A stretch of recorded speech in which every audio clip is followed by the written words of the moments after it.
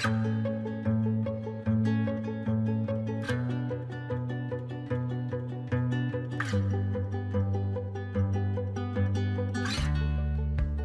you sit in the specialty board examination, we are going to brief you on some of the basic technical requirements.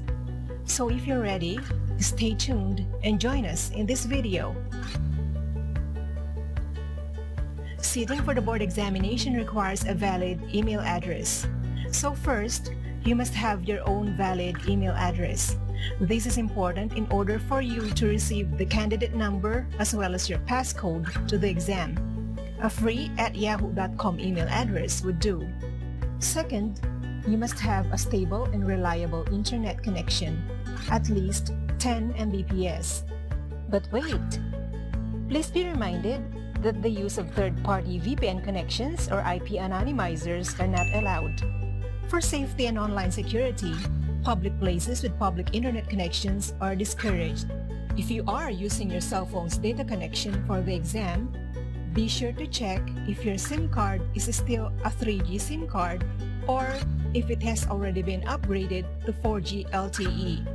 If you do not wish to upgrade your SIM card for whatever reasons, we suggest that you buy a 4G or 5G LTE enabled SIM card for this, for increased bandwidth and better performance.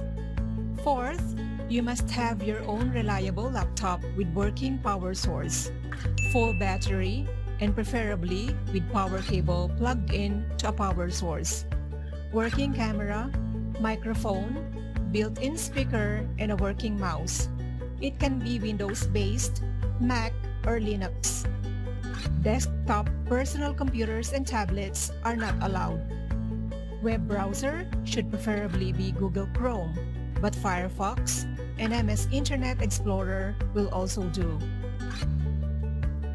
Fifth, you must have reliable mobile phone with working power source, fully charged battery, and preferably with charger plugged in to a power source, working camera, and microphone. The phone must have its own stand or can be propped up. The Zoom app must be installed and registered already. And the last one, you can have your backup internet source. Example, you can have your pocket Wi-Fi or USB dongle, preferably different from the main internet source. Backup power supply, such as power banks, is optional. Next, the guidelines for the board exam. We have here the guidelines and conduct during the online written and practical exam.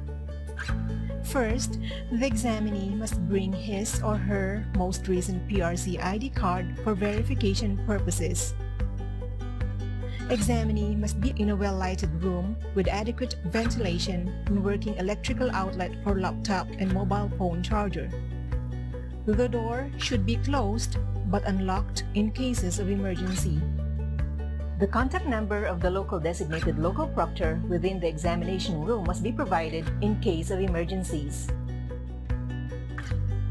Examinee must have a clean table or desk to work on. Only the following are allowed on the table: laptop, mouse, mobile phone, backup Wi-Fi source, food and drinks. A clean piece of paper and a pen or pencil is allowed for notes. No unnecessary clutter. For food, only snacks are allowed like sandwiches, crackers, cookies, and small pastries. Water, juice, soft drinks, coffee, and tea are allowed. Definitely no alcoholic beverages. Food and drinks may be consumed during the allotted exam time. Examinee's face should be clearly visible and recognizable at all times during the exam. No unnecessary facial movements or expressions that would make us think you are talking to somebody. No headphones, earphones, Bluetooth speakers, or music. Mobile phone camera and microphone should always be on during the exam. No incoming or outgoing calls.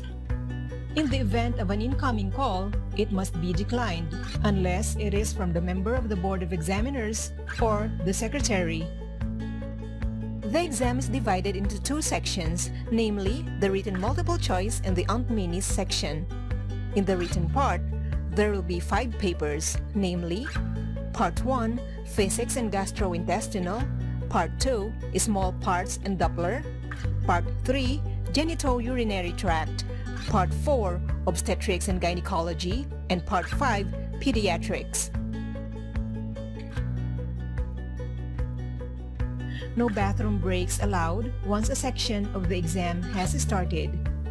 An examinee can have a bathroom break once a section is finished and submitted, but before the next section is opened. Maximum duration of bathroom break is 15 minutes, but note that this 15-minute break is using up your allotted time for the rest of the examination. So there you go. If you have further questions, you may click on the link provided or you may contact the secretary.